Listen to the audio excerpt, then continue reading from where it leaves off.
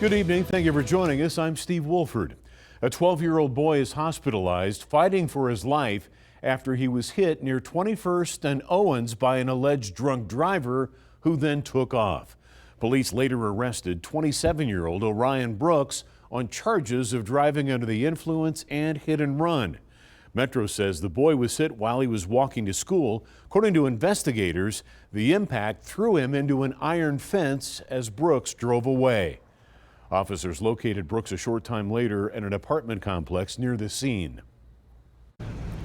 If you flee from the scene of an accident, a collision, we will find you. The technology that's available to us now, the relentless follow-up that our officers are doing to locate people that are involved in these type of incidents, we will find you.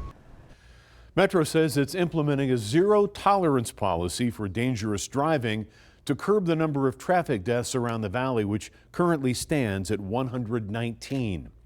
A new study ranks Las Vegas among the worst cities in the U.S. for pedestrian accidents.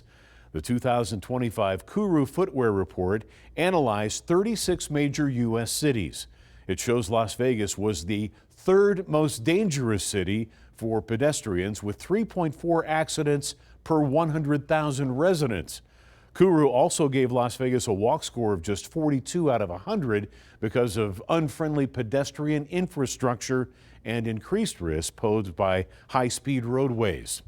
Traffic safety advocates have been pushing for safer streets around Arbor View High School since McKenzie Scott was struck and killed just days before she was supposed to graduate earlier this year. News 3's George Acosta spoke with experts and joins us now live near the scene of today's crash with more. George.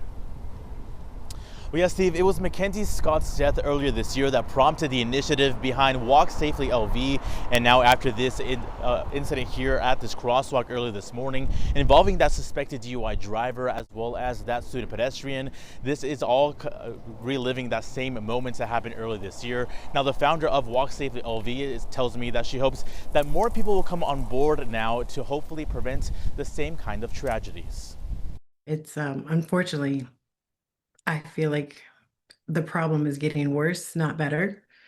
So it's up to us as a community to stand up and be out there and keep our kids safe. Krista Holloway, founder of Walk Safely LV, sparked the initiative for safer streets just days after 18-year-old Arbor View High School senior McKenzie Scott was struck and killed just days before graduation earlier this year. Now, months later, Holloway, alongside a handful of volunteers, have successfully advocated for a permanent school crossing guard, as well as the new installation of a pedestrian flashing beacon in front of the school where Scott was killed. It's kind of like imposter syndrome.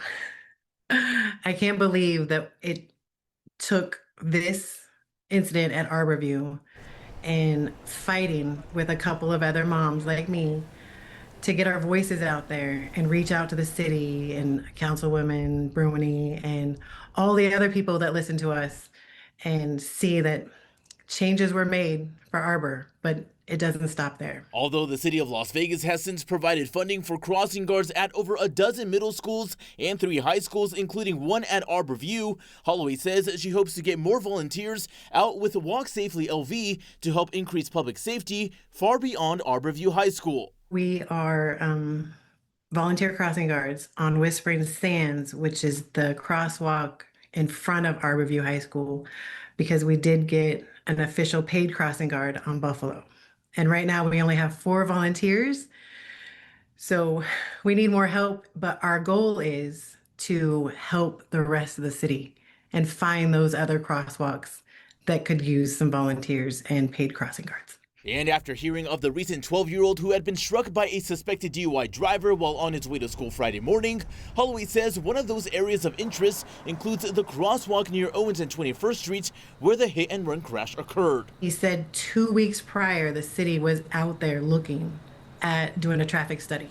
So they're aware, but it really needs to have a bright colored shirt, body, or vest with a sign out there to help these kids get to school safely and home. Now, I did reach out to the city asking them if they are planning any safety initiatives out here, as well as a traffic study. Now, their offices are closed Fridays. I did get a response saying that they will check back with us on Monday. So we'll have more answers for you on Monday and in the days to come as we learn more about this area. But for now, reporting live, Georgia Costa News 3.